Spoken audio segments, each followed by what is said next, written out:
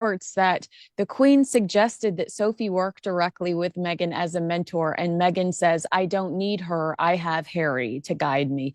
Sophie would have been the ultimate mentor. I can't stress that enough, because here is what some insiders in the industry are saying about Meghan Markle. A source said her PR team are just putting her out there in a hopeful way without a plan. They aren't being discerning and protecting her from herself. It seems they think every media opportunity is a good one, and that's insane. Commenting on the wave of different appearances made by the couple, they added, there is no strategy here. It is thoughtless and directionless. The source said, one day she's in Paris at a fashion show, positioning herself in that world. And then she shows up in Washington with Fortune magazine and wants to be regarded as a female founder. But she's got nothing to launch, nothing to announce, and nothing to say. It's a mess. They added, the Sussexes seem to be spiraling. They are throwing spaghetti at the wall and seeing what sticks. Listen to this quote. I don't understand why she would do a magazine cover. We're hearing it's Harper's Bazaar, not Vogue, when she has nothing coming out. It is evident that either she isn't being advised properly or else she isn't listening. Honestly, whoever is in charge shouldn't be putting this stuff in front of Meghan to protect her from herself. I mean, I do think she's launching makeup. And I've been saying that for the last 2 weeks now. But still, you haven't proven yourself in any space. Why do you belong on a magazine cover? Well, I don't think she does at the moment. I think, this scattergun approach is, as that article alludes, hopefully find something that might be able to latch onto. But there's no depth to any of these things that she's doing. All right, let's cut through the noise. This week, the conversation has been about Meghan Markle, specifically the well-worn, comfortably dusty narrative that she rejected help from the palace, leading to a series of self-inflicted PR disasters. It's a tidy story. It's simple. It fits neatly into the archetype of the arrogant American who thought she knew better than a 1,000-year-old institution. It's also a profound and deliberate misdiagnosis. For the next 9 minutes, we are going to perform an autopsy on this corpse of a narrative. We're going to expose the rot at its core and reframe this entire saga not as a story about one woman's failure to assimilate, but about an institution's catastrophic failure to evolve. Let's start with the foundational claim. Meghan rejected help. Let's talk about what help actually looked like in that palace, and how Meghan's so-called PR disasters were carefully engineered, not by her, but by the institution and its willing media allies. Let's start with this idea that Meghan rejected help. When Kinsey and Rupert say help, what they really mean is obedience. They mean that Meghan was expected to shrink, to erase herself, to follow a script written decades before she was even born.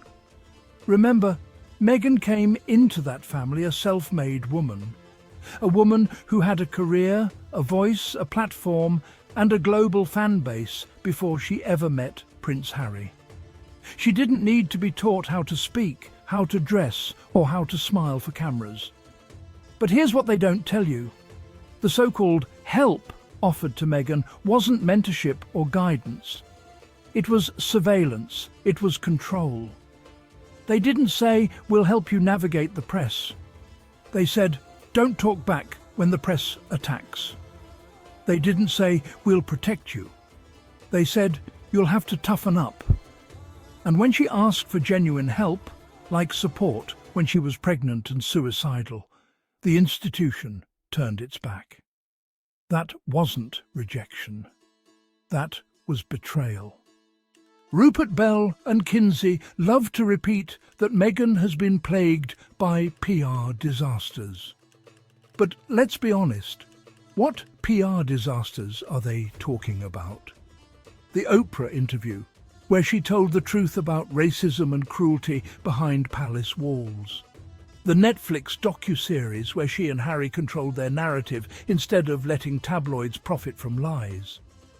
The Archetypes podcast, where she gave intelligent, heartfelt conversations about stereotypes and womanhood, something the British press tried to twist into a failure.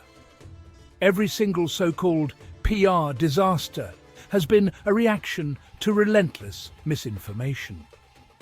The British media built an entire economy on demonising Meghan Markle. And when she fought back with truth, they called it bad PR. It's not that her team failed, it's that she refused to play their game. And that's what terrifies them. You want to talk about PR disasters? Let's talk about the royal family's actual ones. Prince Andrew, accused of sexual abuse and still shielded by the monarchy. King Charles, accused of taking millions from shady donors and rewriting history through soft focus interviews. Prince William, whose temper and affairs are open secrets that the British press conveniently never touch. And yet, somehow, Meghan Markle is the problem? The truth is, the royal family's entire brand depends on finding a scapegoat. When the Windsors are in trouble, they don't fix the problem. They export it. They turn their sins into Meghan's headlines. Section 5. Royal PR versus Meghan and Harry's approach. A tale of two systems. The royal family's PR system is built on tradition. It values silence, secrecy, and slow responses. For decades, this worked. But the world changed. Social media, 24-hour news, and global voices demand quick, open answers. The palace was not ready for this new reality. Meghan and Harry saw the gap. They knew that to survive in today's world, you must speak up. You cannot hide behind old rules. So, they built their own media team. They used Instagram, YouTube, and streaming platforms. They answered rumours directly and shared their real lives. This new approach shocked the palace. It was bold and different. But it worked. Meghan and Harry connected with young people, activists, and fans around the world. Their story reached more people than any royal press release ever could.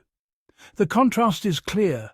The palace clung to the past, while Meghan and Harry embraced the future. In today's world, their approach is not just smart, it is necessary. Section 6. Double standards in media, race, gender, and the royal narrative. Meghan Markle faced harsh criticism not just because of her actions, but because of who she is. As a biracial woman, she was treated differently from other royals. The media praise Kate Middleton for things they attacked Meghan for, like touching her baby bump or breaking royal traditions. These double standards ran deep. Headlines often used coded language to question Meghan's ambition or attitude. Stories about her family background were harsher than those about any other royal. Her American roots, her career, and her skin colour were all used against her. The palace did little to challenge this unfair coverage. They did not defend Meghan as strongly as they defended others. This silence sent a message. Meghan was on her own. It also made it easier for the press to keep attacking her. By pointing out these double standards, we can see that Meghan's real challenge was not fitting in. It was facing a system that judged her by different rules. Section 7. Lessons learned. Challenging unfair systems and telling the truth. The story of Meghan Markle and the royal family is about more than one woman. It is about how powerful systems protect themselves by blaming outsiders. When Meghan asked for change, the old system pushed back. When she spoke out, she was called a troublemaker. But Meghan and Harry showed that there is another way. By telling their own story, they reached millions. They proved that honesty and openness can win, even against powerful traditions. Their success outside the palace shows the strength of modern voices. We must ask, who benefits from the old narrative? Who is helped when the truth is hidden? The real PR disaster was not Meghan Markle. The real disaster was an institution that provided a new member with a conflicted and incompetent support structure, refused to protect her from a vicious, racially charged media onslaught despite having the power and influence to do so, mistakenly believed that its centuries-old model of media relations could not just contain, but could suppress the force of a global digital age phenomenon. They treated a hurricane like a bit of bad weather. The narrative that Meghan arrogantly flew too close to the sun is a lie.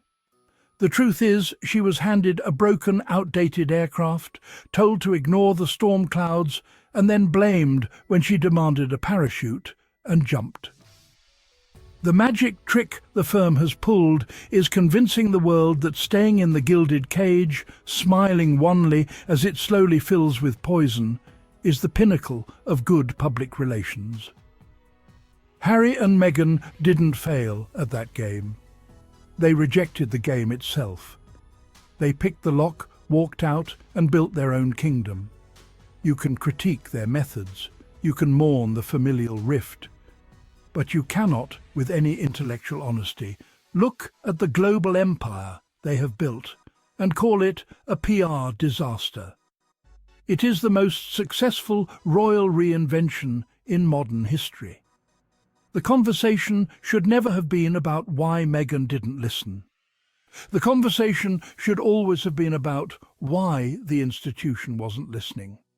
And that, right there, is the eye-opening truth they never wanted you to see.